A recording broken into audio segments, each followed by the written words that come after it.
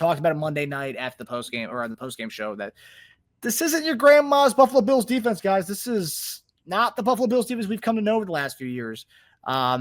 So Bills defense, I got some numbers here. So obviously we have the injuries. So no Ed Oliver, no Taylor Rapp. So safety and main defensive tackle out.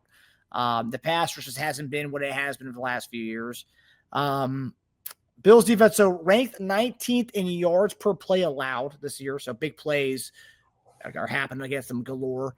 23rd in third down defense this year. So teams are staying on the field against them a lot, and we're a good third down team and becoming more of a fourth down team according to the numbers of the last few weeks. Andy's spicing it up on fourth down. And then the biggest stat of all is run defense, 31st in the NFL, allowing an average of approximately 150.3 rushing yards per game, giving up 5.8 yards per attempt. So JD begs the question, we're talking about Kareem Hunt being the guy this week. How does, and this team being horrible as far as yards per play allowed, how does Andy and the squad go about attacking this rough defense, so to speak? Hey, man, run the football, play action. That's what you got to do. You got to, obviously RPOs, but also, too, what you got to do against these guys is you got to test their safeties. If Rapp is out, hey, you got some deep balls. You got some guys who will go get it. And so I think it's important that we test this defense out in every single way. Put pressure on them as soon as we come off the plane. That's what you got to do. So go vertical, horizontal. Let them cover every blade of grass that they possibly can. Turf up there, but hey, look, this has got to be the game plan. The game plan is going to get their weak points. Like you said, against a run, got to attack that. Also, too, the safeties, we don't know if he's going to get somebody. I know they talk about trying to go get Buda Baker. They can make it a play for him for sure. But are they willing to do that and a bit expensive? So those are things that we know that they're susceptible with, Marcus. And I think that's what we have to do. We got to do that. Yeah, I mean, we talk about the run D against them, or the run D this year. I mean, like every running back. I mean, I know they blew out the Carolina Panthers last week, but I believe both Chuba and Rico Dowdle both had like 50 yards against them on the ground, and that was a team that bailed in the run game pretty early in that game because they were getting stomped on. It just tells you. I mean, what were you saying? I said the Red Rocket couldn't do it, huh? Fizzled it out. Kirk Cousins and Red Rocket need to hang up the cleats. I think. I think it's time to. I think it's time for the nightcap for them, man. Give them a year's supply of hair gel and call it the career. Give them a microphone. Send them all to CBS or Fox because I think it's done. Take away the cleats from them. But yeah, I mean, I think like I said last year, Kareem ran really well against them in the AFC Championship game. This is a team that can't stop a nosebleed, and Bijan Robinson looked like Walter Payton against him. I know it's Bijan, but man, he dominated them. Yeah. I just think it's so weird for a team it's like a night and day, right? They have a amazing head coach who's an amazing defensive guy, but this defense just, I mean, like when you hear a stat like they're bad against or what is it, 13 yards per play allowed. I mean, what does that tell you about their defense? I mean, shoot, they just giving up big plays. I don't know if it's, I haven't really watched them extensively, but that could be a lack of tackling, getting to the secondary on big plays like that. The guys are just getting lost. So I'm not sure what it is. If you're just getting blocked, linemen getting up to the second level, I mean, all of that plays into it. So run, pass, 13.9, that's daggone. I mean, they giving up all the cookies. They are. Yeah, I'm looking at their sack total this year. So I'm curious what their pass rush pressure is. So they have 22 sacks in the year. So they're about top 10 in sacks. Yeah, they have 22 in comparison. We have 17, so they have 5 more than us. Yeah, I will say that I know that they're allowing big plays, but as far as passing yards, I thought it's kind of funny that they're allowing the second fewest passing yards in the league this year. But I mean, that's because teams are just running the ball at will against them. So it's like, why pass? We can run it. Right. I guess they're just torching them up then. I mean, that's true. And that's what it can be. we talked about this. Is what we thought our defense was like, man, shoot, against that Seattle game in the preseason, didn't look good at all. We was like, okay, this cannot be what we're going to look like during the season. And so we've been able to fix it. So they did a good job this past game. So they're going to try to build on that, Marcus. They are. They're saying Isiah Pacheco's out, but Kareem Hunt is effective. They got a young guy, Brashard Smith. Hey, how many hats can we get on him? And so what we do well also too, Marcus, is we out-leverage the defense. We're going to get around them. We're going to run a couple of jet sweeps, a couple of reverses. That's going to be in the game plan. I would see at least 3 jet sweeps. Rashid Rice, Xavier Worthy getting a couple of them. Screen game is another thing that's going to be, good against a team like this. So, like I said, man, you just got to test where they are up front. Okay, that front seven, what do they look like? And so, once you go and you start doing all your scouting report, you're gonna find out where all the holes are. Now, the thing is, guys up front, are we gonna be capable enough to go ahead and get those holes open? Okay, it's very important for us. It's very important. And we're getting a question about Trey Smith. So talk about the guys up front. I believe Trey Smith did practice today in a limited capacity. Did he? Yeah. He was limited today in practice, guys. So Trey Smith is on. It looks like he is approaching playing this week. So that's a big deal to have him back. What was wrong with Trey? What was up with it? It's the back spasms from two weekends ago. That's right. Okay. So to have him back in practice, I mean, I don't like to knock on players, but I mean, having Trey Smith is a massive upgrade from Caliendo. So having him and I will say to our benefit, right? The main clip that I love showing from Mike Caliendo was the against Buffalo Bills last year, where Ed Oliver gave him the power slam because on that one where he lifted him up going back to Pat. Luckily, I don't want to see Caliendo. Luckily, they don't have Ed Oliver this year in this matchup. But I don't want to see Caliendo get body slammed by a defensive lineman on the Bills. Wow, jeez. So yeah, Trey Smith, massive upgrade to have Trey Smith back. So yeah, guys asking in the chat, he was limited. Andy and Nagy, I think they had a pretty decent game plan what they wanted to do. One thing I didn't really, obviously, I always call for running the football more, and so we didn't quite do that the first couple of series. I think what you said, Marcus, that at the 15 plays, it was 12 there was pass, 3 was run. That's just it's an imbalance there. And so I was just watching The Karate Kid. I think it was yesterday or day before yesterday, and it's such a great movie. It really is, because Mr. Miyagi tells Daniel's son, you need balance, right? And I was like, yeah, that's it. And so, of course, he hands him the picture of him and his girlfriend. Balance. That's what we need. We need a little bit more balance. Now, look, I know we're not going to be 50-50. I understand run, pass is not going to be 50-50. But we do need to be somewhere around 70-30 at the very least. At the very least. So I average this out, man. We run an average of 68 plays. We got to run the football at least 20 to 25 times. I think Tasia said that. And, when I did the math on it, yeah, it's like 20.5 is what it averages out to. So that's what it needs to be. So anything less than that, man, we're just not doing what we should be doing. So I think we should be 30%, 35%, somewhere around there. So at least 20 plays of run. Okay. And this shouldn't be at the very end, Marcus. I'm not talking hey, fourth quarter, we're done with everything. I'm talking about establishing run early and often. That's what we have to do. So with that being said, first half was a little suspect to me. Second half was a little bit more decent in what we did. So I gave these guys, I gave them a B-. Offensive line, they look pretty decent. Mike Caliendo was in there and Jalen Moore. A few times they kind of struggled against the pass rush. Actually, Jalen Rowe got thrown on his tail a couple of times. It was actually really surprising to me, kind of shocked. But, look, this is only second game with the Chiefs as starting. So they got the joker that was coming, man, is very talented pass rusher. Get up underneath your pads, I don't care who you are.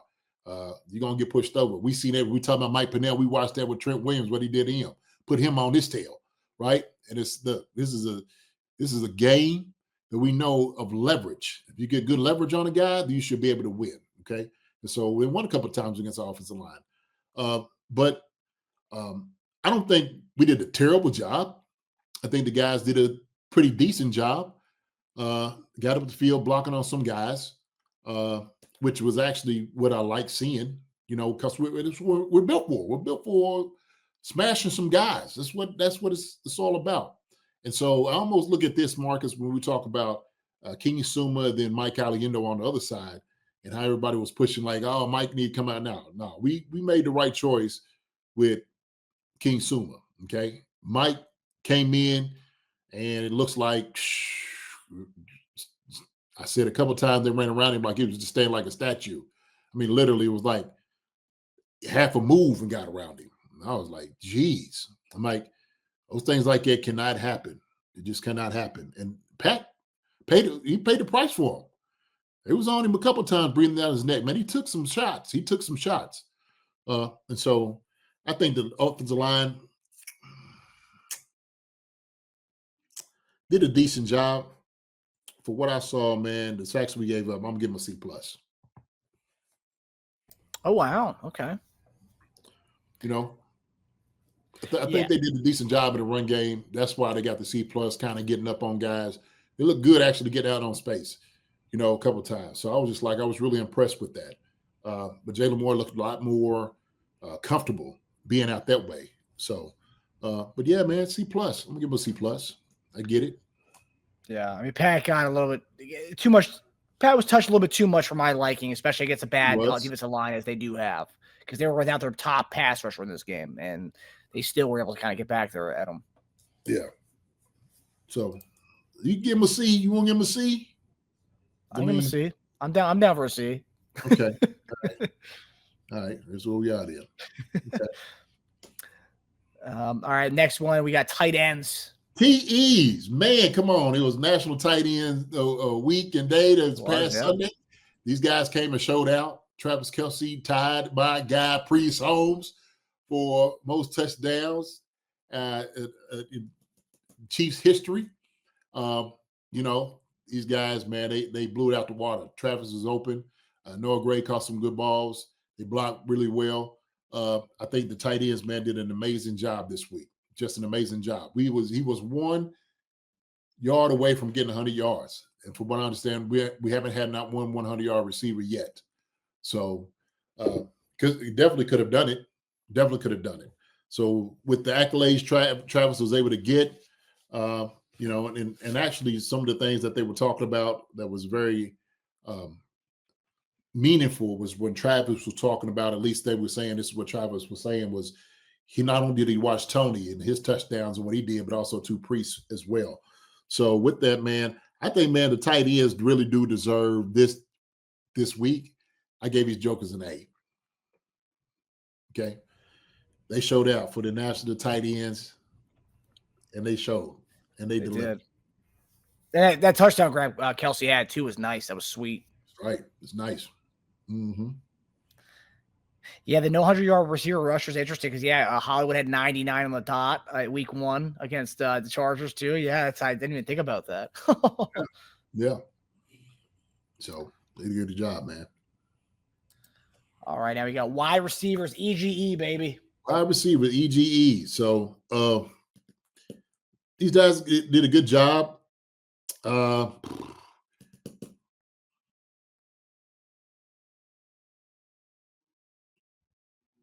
There was times, when I was watching them. Okay, and I'm not trying to be nitpicky. Okay, well, there was sometimes I'm looking for some blocks, and I see guys not necessarily standing around, but hey, man, go find some work, right? Turn up, find some work, and so guys that always keep showing up is Juju. Juju, man, what he's doing out there, man, is just amazing to me. Week in, week out. He knows how to get open. He's doing that. Rashee Rice came out there, man. I guess he played like 80% of the snaps. He's back in rare form. That's what he was doing. I got a little upset because of, it looked like he threw the ball at the dude's helmet, but I think he was trying to throw to the ref. I don't know. Okay. It's plausible. I'm like, okay, we'll do it. We'll put you in. And I think he was just, but I don't know. But I thought it was kind of funny. Actually, I meant to share the video because it was almost like after he got finished doing something, they put up all the things he got arrested for and all of that. I'm just like, hey, they've been waiting for this. They were sitting on this until something happened to call his name to show this. They were ready. It was ready. It was ready. They just, oh, there's an ad, oh, Rasheed Rice. You know, he's like, man, I was trying to throw it to the ref. Okay. I don't know Hollywood didn't get a whole lot of balls, but Rasheed Rice came out there, man. He showed out. Worthy caught him a nice few balls and stuff like that. Everybody's giving him a B. I like the B too, man. I'm gonna go ahead and I'm gonna give him a B. I like that. I like that, Linda Hunter. Yeah, the Hollywood interception, with the one where Pat was throwing the back shoulder to Hollywood, and that was Lattimore who grabbed that. Was that on? Who was that on? Was that on Pat's throw, or you think Hollywood could have done a better job of trying to fight for it? I think, man, I really believe that was Pat's throw. And it look, and I said, here's the thing: if Lattimore is 5 years younger, he's on top of Hollywood Brown, and the back shoulder throw works, right? Yeah. But because he done lost a step, right? Pat's like, oh, okay, I got him because it should be a back shoulder throw because the corner ought to beat him. But if he lost it over top of him, he scored a touchdown. Yeah. And he probably should have did that instead. But I get it. Like what he's seeing, he's like, dang God. And I said Lattimore, he got the interception because he was slow. And so that's what that was. So I don't think it was really, the dude may play, right? Yeah. Makes a play. Yeah.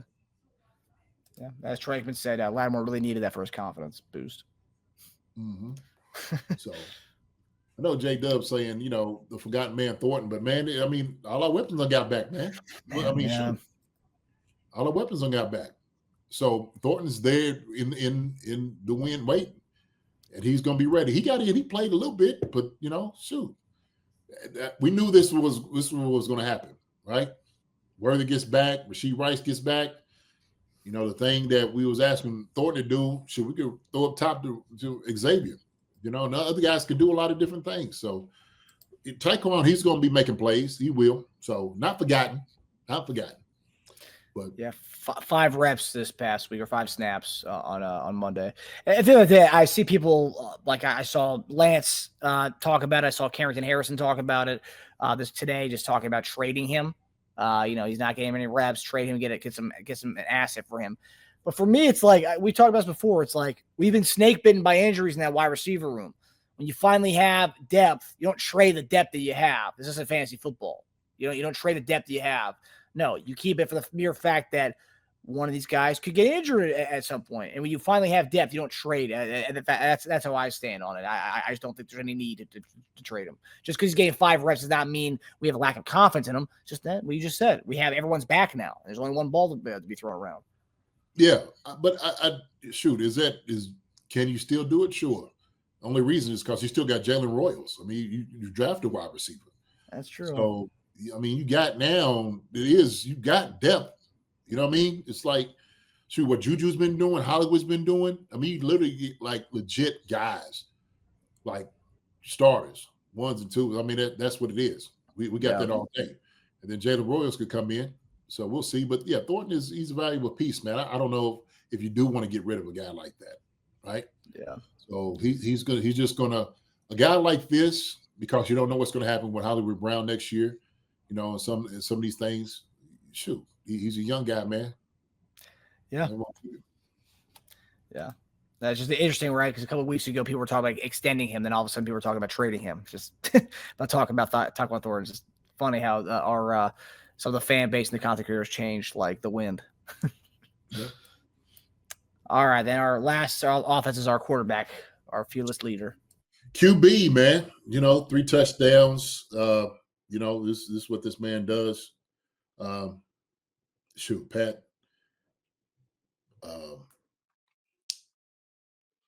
He was getting the ball out of his hand, I think, pretty fast. Interceptions, like we talked about it. Obviously, the one they threw to Travis wasn't his fault. Popped off his hands. The one to Hollywood Brown, okay, guy made a play. Shoot. Any other time it'd work if you have a faster corner. I get it. I don't think Pat played bad. I don't. I think second half, this is what we've seen is magic. You've seen him move around in the pocket and actually getting defenses come up on him. Then he starts hitting guys in the hole. And this is where Patrick Mahomes is the best in the league at doing. It's just nobody else like him. There's just not. So for what he was been able to do, man, out there, I think he did a great job. Making some good throws to guys kind of on time.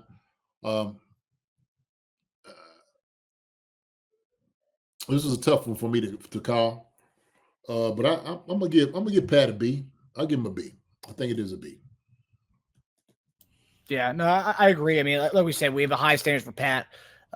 He's the best in the business. So when you're the best in the business, man, you gotta.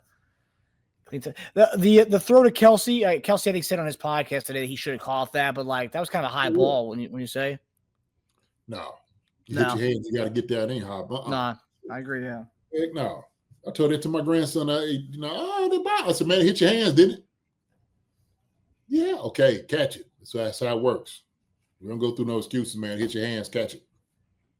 Yeah. No, you're right. That's what they said to us in college. When you get a hand on it or you get a finger on it, you should have caught that. It's like, okay. Yeah. I mean, that's the thing about Kelce had it. I mean, he just man. Yeah, it is interesting, right? Two of the interceptions that Mahomes thrown, they're all because of one that you could debate that Kelce should have had in the end zone, the one against the Eagles, and then that one. Yeah. Yeah. Hi, everybody. Thanks for watching. Subscribe here to get the latest from the show. Also, be sure to check out the best clips from Chief Concerns. And if you prefer to listen to the show, subscribe and follow us on Apple Podcasts, Spotify, and anywhere else you get your podcasts.